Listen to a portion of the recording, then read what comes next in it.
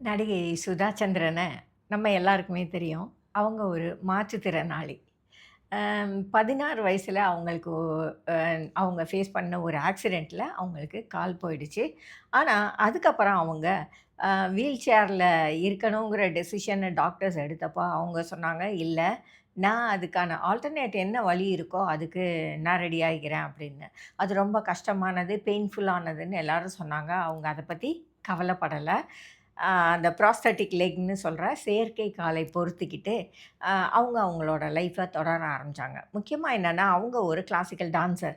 ஆகையினால, அந்த டான்ஸ நான் தொடர்ந்து செய்வேன் அப்படின்னு அவங்க அத கன்டின்யூ பண்ணாங்க. உண்மையிலே அது ஒரு ரொம்ப ரொம்ப அம் கஷ்டமான ஒரு பிராக்டிஸா இருந்தது. ஒரு கால் இல்லாமல் இந்த ப்ராஸ்தட்டிக் லெக்க வச்சுக்கிட்டு அவங்க டான்ஸ பிராக்டிஸ் பண்ண துவங்கின காலகட்டம் வந்து ரொம்ப ரொம்ப வேதனையும், வலியும், ரத்தமும் நிறைஞ்சதா இருந்தது. ஆனா, அவங்க தன்னுடைய தன்னம்பிக்கைய விடவே இல்ல.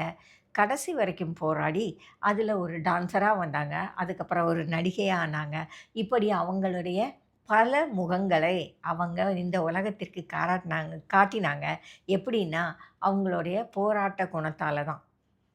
எத்தனையோ பேர் வந்து இது மாதிரி சவால்கள வாழ்க்கையில சந்திக்க தெரியாம கஷ்டப்படத்தான் செய்றாங்க.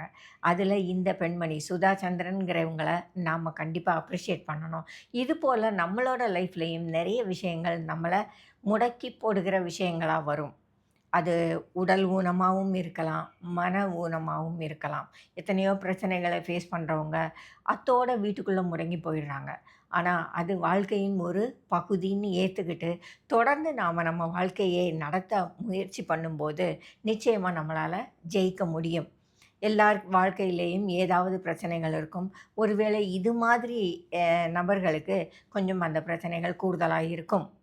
ஆனா, உங்க போராட்டமும், உங்க தன்னம்பிக்கையும் நிச்சயமா உங்கள அதை மேற்கொண்டு வருவதற்கும், வாழ்க்கையை வெற்றிகரமா நடத்துறதுக்கும் உங்களுக்கு தேவையான பலத்தை கொடுக்கும். ஆகையினால எந்த பிரச்சனைக்காகவும் நீங்க சோர்ந்து போகாதீங்க. சுதா சந்திரன் மாதிரி ஆட்கள் வாழ்கிற இந்த சமுதாயத்தில தான் நம்ம எல்லாருமே இருக்கிறோம்.